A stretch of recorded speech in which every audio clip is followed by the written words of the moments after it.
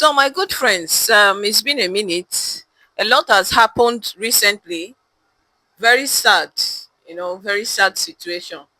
It turns out that some 2 days ago, the bandits finally made their demands. I mean, the bandits that kidnapped the 46 students and teachers in that school in OGBOMOSHO, Oyo State, finally came up with their demands, and they asked for 1 billion naira to be paid by the government of Oyo State um, into an account in Benin Republic. They further asked that some of their colleagues, their fellow bandits that were in time past apprehended and detained in Oyo State should be released. They further asked that 2 hillocks should be given to them. And then this particular one that actually got to me is that an aspect of the laws that regulate Oyo State should be amended in their favor with respect to them assessing the lands in Oyo State and with respect to protecting their banditry activities. What I mean in simple terms is that these people are asking that the government of Oyo State should enforce in their laws the act of banditry. In simple terms, what they are asking is that Oyo State government or Oyo State House of Representatives, these are the lawmaking arm of this is a lawmaking arm of the state, should make banditry, kidnapping and all that sort lawful in the state. That's just what it means. So these are their demands. And then just yesterday, the House of Representatives in Oyo State sat to look into the demands to see if they can meet them. Unfortunately, they looked into the demands. Personally, I think those demands are very unrealistic. I don't know what you think, but I would like to know what you think. They looked into the demands and agreed that the demands were unrealistic and they would not be able to meet those demands, especially as regards the laws enforcing banditry in their state, meaning that from time to time they will be kidnapped and a ransom will be asked, and then so they felt that it's not realistic, and then they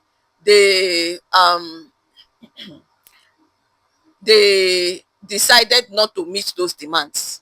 They set it aside at the expense of 46 children, and about, because there were 5 teachers that were abducted, one is already on her life. What am I even saying? Not even 46 children, 45 children.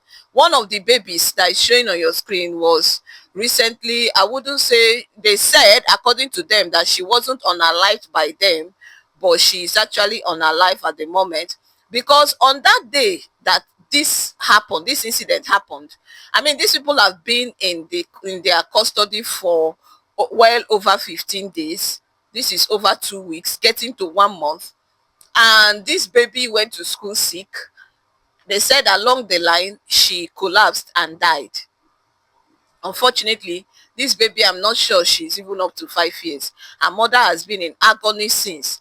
But the point I have to make here is that since the House of Representatives in Oyo State decided not to meet the demands, it's so sad and unfortunate that they also decided not to do anything. Yes, if you say that you don't want to meet the demands of the bandits, what are you doing to release these children and teachers in their custody? They decided not to do anything. This is what Nigeria has turned into. The level of insecurity in Nigeria is heartbreaking. And if you are there and you still think that your vote will not count because it happened the same way in 2023, you are still not in possession of your PVC. Please, the election of this year of 2027 will be totally different, because a lot has happened and Nigerians are sad. So it will not be business as usual. Now come to think of it, what if Abia State um indigenes decided that year that they will not get their PVCs, and so they will not vote? What would have happened to that state now? What if they decided that their vote will not count as it used to be? Our vote, they've already rigged the election, our vote will not count. And then they decided to stay at home. Do you know that they will not be enjoying what they are enjoying today? Abia State is more like the safest place to be now and the most comfortable place to be. Steady power supply, good road network, good mobility. They've made provision for easy movement and all. So what if they decided that their vote will not count and stayed at home on that day and did not come out to cast their vote in favor of their preferred candidates? What will they do at this point? Do you know that another person will be sitting down there and continuing the catastrophe that has been on since I was born? I'm an indigene of Abia State. I schooled in Abia State, and I can tell you that this is the first time I'm feeling the warmth of a leader. I'm feeling so proud of my state. Now, let us say that what if help comes in 2027 and we are given opportunity to make sure that our vote counts, and then you're at home, you did not vote? What will now happen? It means that our oppressors, because you cannot tell me otherwise, this present government, they are oppressors, both at every level, at the state level, at the federal level, at the Senate level. They are all oppressors. So what if you stay at home and this kind of help comes? The wrong vote will be counted. Please get your PVCs. Do what you can do to get your PVCs. Let's kick these people out. So now these people decided not to meet the demands of the bandits, and they also decided not to do anything. So to hell with the bandits, they can kill the people because their children are schooling abroad. That is what it is, except if you think otherwise. If you think otherwise, please let me hear your thoughts in the comment section. Thank you very much for having me, and enjoy the rest of your day.